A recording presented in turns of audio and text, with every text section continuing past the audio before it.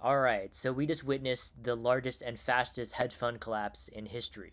And in this video, I'm going to be going over exactly what happened and how you can capitalize on what's to come.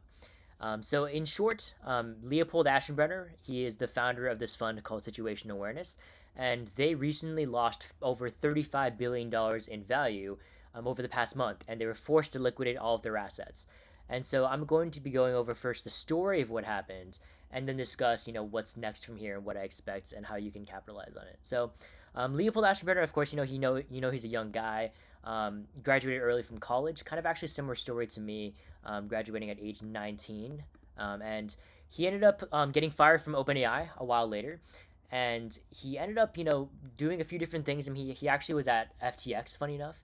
And then he was forced to later resign once FTX collapsed. And a few months later, he dropped this, huge manifesto detailing how AGI is, going to be the next big thing, and that he thinks that is going to be accomplished within the next, 3 to 5 years. And so he founded Situation Awareness LP with this sort of thesis. And he had no prior trading experience. That's the most important thing. He's basically an academic, a little autistic, but I mean, you kind of want that from someone who you believe has some, interesting ideas, ideas that almost nobody is talking about. But I think the most important thing, like I said, is that he has no experience with risk management, with bet sizing. Um, and those are far more important things for a hedge fund than simply just having some thesis, because the market is simply just a war between buyers and sellers. And so this comes to play later. So, of course, I mean, he's a smart guy, obviously. I mean, he bet heavily within all of this sort of AI infrastructure slash AI picks and shovels sort of play. So a lot of it was in power, memory chips, as it sort of details, data centers. So he invested in companies like CoreWeave, like Nebius, Bloom Energy, some of these other companies like Micron and SanDisk. But the problem is that also he was doing this on a high leverage. And I think the problem is that he was doing this on high leverage while also having a long-term thesis. So if you watch his recent sort of podcast with Dorkesh, he discusses how I mean, he was already up maybe 10, 10, 20, 30x on his fund, but he was like, yeah, like I think I have like 100x more to go, right? And so the issue with this is that the market doesn't operate that way. It doesn't operate in simply a straight line. And when you're operating with leverage, right, the problem is that these positions can unwind very quickly. And of course, when you're dealing with stocks that have maybe only like 100, $200 billion market cap, but your positions are 10, 20% of the entire sort of order book, that becomes a big sort of issue. Where of course, if you have leverage, then the more that things start to unwind, the more nervous the banks sort of get, and then they're going to ask for more margin. And also, when people know that you have a big position in these stocks, they're going to be hunting you, and no one is going to provide you good rates to be able to exit your positions. Everyone's going to be, if you're trying to unwind something or maybe trying to buy even more, it's going to be problematic. And of course, he of course had a lot of advantages, right, to his positioning, right? He had inside information, like he was engaged to the chief of staff to Anthropic CEO. And he had a lot of sort of connections with the industry, which allowed him to buy sort of unknown stocks or previously unknown stocks. But the problem is that these are highly liquid, and this comes to play later, where of course we had the big wind down. So obviously memory went up like crazy, and this is something that we've been tracking personally over the past several months, where I've pretty much been going all in on AI, where I've detailed over the past few months why everything was going to go up substantially based on these all-time high breakouts. And so I've been detailing ever since February, March, why I was all in on sort of these semiconductors. And these of course went up a fuck ton. I mean, they're up since their all-time high breaks, hundreds of percent, 200, 300, 400% over the past few months. Even more so with something like Micron, went from $400 something to around $1,300 within that period of time. And so when this happens, right, you have everyone sort of speculating on AI and all these semiconductors, all these sort of memory stocks. But of course, the unwinding can be quite brutal. And this all happened pretty, soon after the Micron earnings. And this, of course, was right here. And this was when I actually started scaling out of my positions. Typically, of course, when you start to see sweeps of all-time highs, right, there's a lot of writing on the wall, right? Sweep of all-time high right here, another sweep of all-time high right here. This is where things start to get concerning. And of course, when you start losing market structure, right, this sort of trend of higher highs and higher lows starts to get lost right around here. Things start to get a little frothy, especially after Micron earnings. That's sort of the time to actually get out. Micron, of course, had good earnings, but the issue is that what can be more than this, right? It's very similar to my thesis and why I shorted a lot of crypto. This was all the way back in 2025 when I was pretty much all in short after the Trump coin. Because simply, at that time, like, we basically had nothing left, right? And that's also why I shorted crypto in October when there's pretty much absolutely nothing left, where we had the biggest sort of events that could happen. We had the sort of Bitcoin ETF, and then we had the Bitcoin, reserve, and then we have all these, DATs buying and stuff like that. So I think that was the sort of topping event when you realize that there's actually nothing left that can top what just happened, right? With Trump coin, obviously, it was because, there can be nothing better than the president launching his own meme coin. Like, what else can be better than that? And so similar here with these micro earnings, obviously they were insane, but the expectations were already very high given the stock is up, 500% in the past few months. And so we've just been downtrending ever since then. Obviously, we've been down over 50%. And so when that happens, right, you have the problem is that, like I said, he was on leverage, at least 4x leverage. And when you have drawdowns of over 25%, then you start getting margin calls. And then you're going to have to fill those margin calls instantly. And the problem is that also that these stocks kept going down 15% day by day by day. And so whenever that happens, you need to fill those margin calls immediately, right? Like Goldman, they need money like today or even yesterday, right? And so when this happened, they tried to raise money from their respective, LPs. So they try to raise even more money from, Jane Street and all those other guys, but it's not soon enough. And of course, like, they can't get the money in time, and the theses are starting to break down, and so they actually just were unable to pay these sort of margin calls, and so they're forced to liquidate. And so this goes back to the issue I said earlier, which is, if they have such a long-term thesis, why are you then using leverage, right? If you have a long-term thesis, you might as well mitigate your risk by at least taking profits on the way up. But not only just that, but just lowering the leverage such that, like, if you think that AGI is going to happen in, 2 to 3 years, then and if you think that, there's 100x games on the table, you might as well just lower the leverage so you have no chance of wiping out before that actually happens, right? You want to sort of keep your cards on the table to enable yourself to be in the position to have exposure in that period of time. But of course, that didn't happen. He was too highly levered. And whenever this happens, of course, you're forced to liquidate. And he actually sold it all to Citadel. Ken Griffin, of course, wins again and ends up buying them. And, in the same day, this all goes up like crazy. I mean, we just went up like 20-30% in this day. And of course, like, this is something that I was really interested in trading. As soon as he got liquidated, I was like, okay, look, this morning, like, off the open, I think this is going to be local bottom. Like, it makes a lot of sense. Obviously, these assets have been downtrending severely. But of course, if there's some sort of real catalyst, because we had a lot of, mechanical systematic selling that was not based in fundamentals. And so now once this is over, of course, we can actually start buying again.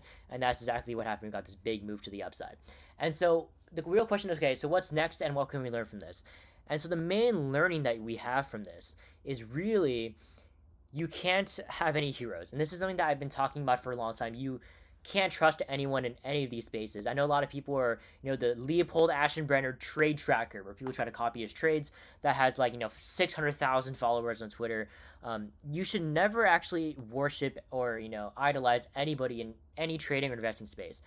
Anyone who becomes the main character always loses. Just think back to, James Wynn, right? He was up, or he had a $1 billion Bitcoin long. He was getting hunted, and eventually he lost everything.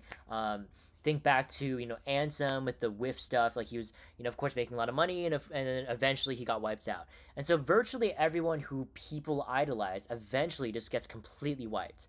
And so this story happens again and again without fail. And the reason why this happens is because ultimately, right, he had high conviction on something, right? He was believing that AGI was going to be taking place and that all of these were going to go up in a straight line.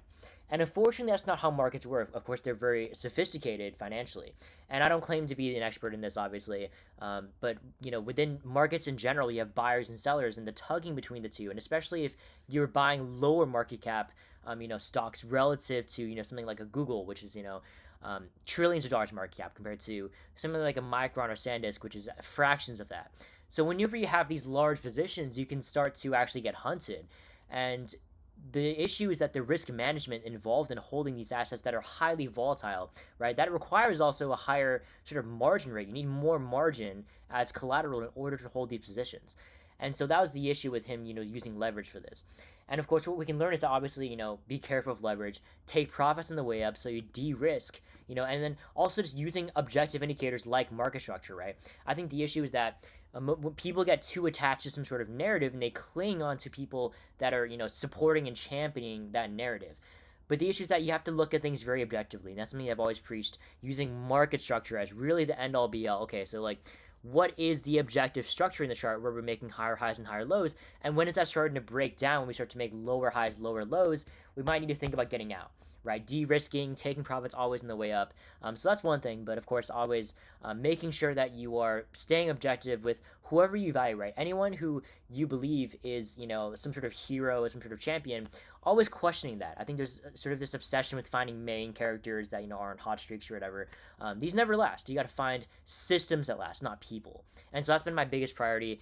Even my content, I tell people, you have to develop your own system. You can't just, I mean, obviously my system has worked out very well, and I've made a lot of public calls over the past couple of years that have gone very well. But in any case, right, like, what if my system suddenly stops working, right? What if I become washed, right? That could happen at some point. And so you need to find a system that is objective and that works for you and what your risk tolerance is, what your sort of time frame is, what your availability to trade are, what assets you like to trade, all these different factors combined. And so that's the biggest thing here. And that's really a big part of my system, is being able to have risk management in order to not only make money, but keep money, right? I think we've seen over the course of the past several years, it's very easy if you're in the markets long enough to make money, right? The issue is never making money, right? In the casino, for example, in Vegas, everyone can make money, but it's hard to keep it. And it's hard to actually have the risk management so that even if you make money at some point, that you don't lose all of it in just some random trade in the future, right? For example, this guy that I've met in my server, Jeff, he actually started with his account at 350K, and it reached an all-time high a few days ago at, over 550K. And this is just, not full porting, making sure that he's just buying the stocks we're talking about, with risk management, with invalidations, and always having defined invalidations too, so that there's never a chance of just, somehow just blowing up randomly, right? Of course, making sure that you always have defined stop losses so that there's no chance of that happening, and looking for asymmetric sort of convex outcomes. And of course, now we have to answer what's next. And really, I don't think that there's any significant change in structure. And so I would be hesitant to say, okay, we're just going to make new all-time highs right off the bat, right? I think anytime you have structure like this where, we had strong trending, bullish structure, and then we get this, reversion right after these earnings, and then we get this downtrend, right? And so whenever this downtrend takes place, we need a reason to buy again. The reason, of course, is with a market structure break where we start to make higher highs and higher lows. At the very least, for something like SanDisk, want to see something above this, 1700 high. That would make me interested in positioning more. Of course, like I did buy earlier today, but that's, smaller buys. We're still fighting a downtrend. This is an important SR level around 990, but of course, this is not, there were many SR levels on the way down that did not provide any sort of real bounce. So we need to see something of that sort where we see, any sort of market structure break above here, and that could potentially make me interested in potentially highs, but at least, some sort of sustained rally of some sort. Same with, Micron, of course. This would be the market structure break point, maybe around this $1,000 level right here, where if we see, a higher high maybe here, there is a small chance of maybe some all-time highs. And another stock that I've been really interested in recently, or I've actually over the past couple years, has been Bloom Energy. And this is something that I've been tracking over the past couple years. The guy that actually published the first sort of thesis on it publicly, Janshu, my guy, he actually was someone who actually helped Leopold set up his fund. And so, of course, like, this is something that I've been tracking for a while, and it's gone up a lot in value. I'm pretty good friends with a lot of the top holders who are now billionaires from this stock. And this is something that I was really trading around the earnings of. For example, this is something that I scaled into right before the earnings. And this is mainly because if you have information asymmetry about some of these sort of companies, then it makes sense as to why you would believe that there's something that is here, for example, structurally and fundamentally that makes sense. And so that's just something that I entered over the past couple days. And of course, this is up a lot ever since then. And really, like, the earnings were quite positive, and this is still fundamentally a very important part of the AI infrastructure trade. And so the market structure break, for this particular stock, is of course, somewhere around here, where if we actually see some higher highs above this, $230 level here, that would be more of an indication that we might see some sort of sustained relief. But of course, like, all of these look pretty hairy because, this also, rejected all-time highs, similar to Micron and SanDisk as well. So those are the main ones I'm looking at from the sort of semiconductor memory stock sector. I really just want to see continuation off this sort of relief rally. And if we get that, maybe we get that for a few days, maybe things just roll over again. But that's sort of what to look for market structure wise in order to just expect any other upside in the future. But those could be big trades if they play out. Also, in terms of what's next, as you guys see here, Leopold still has around $10 billion remaining, and pretty much all of that is within their private Anthropic stake. And this is something that they've held, over the past couple of years. They made a lot of money on, and so this is very telling about how I've been saying for a long time that really private markets are the best way to make money. Of course, you guys see, I mean, literally the thing that's linked in my bio is that private markets are how I plan on becoming a billionaire ever since last year, where I've been really documenting all of my journeys and how I've been able to not only invest in private market deals within the top sort of growth companies, but also syndicate these opportunities in the top companies like Anthropic, Prometheus, OpenAI, all of these large companies that have enabled me to scale my net worth, be able to invest 8-9 figures in these companies and be confident that they multiply in a liquid manner. And this is only going to increase over time, where we're able to see that people are trying to get access to these companies, and they can do so and multiply their net worth without having all this crazy volatility, right? That's the biggest takeaway actually amongst all this, is that you really just need to get exposure to private markets. And I try to do this, in my Discord, where everyone in there has a substantive relationship with me and therefore could invest alongside me in opportunities like this, for example, where someone in my server shared an opportunity to invest in Atoms, which is a robotics company founded by the former founder and CEO of Uber. And so these are kinds of opportunities that you really need to be looking for, rather than necessarily investing in public markets where, of course, if you have a good system, you can actually make a lot of money. But of course, if you are, leveraged, or if you don't have a good system, it's very easy to lose money in that manner. Private markets are really the place to be. Like, public markets are unfortunately kind of a sham where retail investors get screwed. And so private markets are always the best place to be. I mean, just look at, for example, SpaceX, right? SpaceX is something that was IPO'd over the past few months or so, and it's just been down only, right? If you just look at this chart, this is fucking disgusting. And I've been publicly saying this for a long time, and this was a very clear exit liquidity event, where anyone who invested in this 3, 4, 5, 6, 20 years ago is all exiting. And so this is purely for the private investors, the employees, to get their money's worth.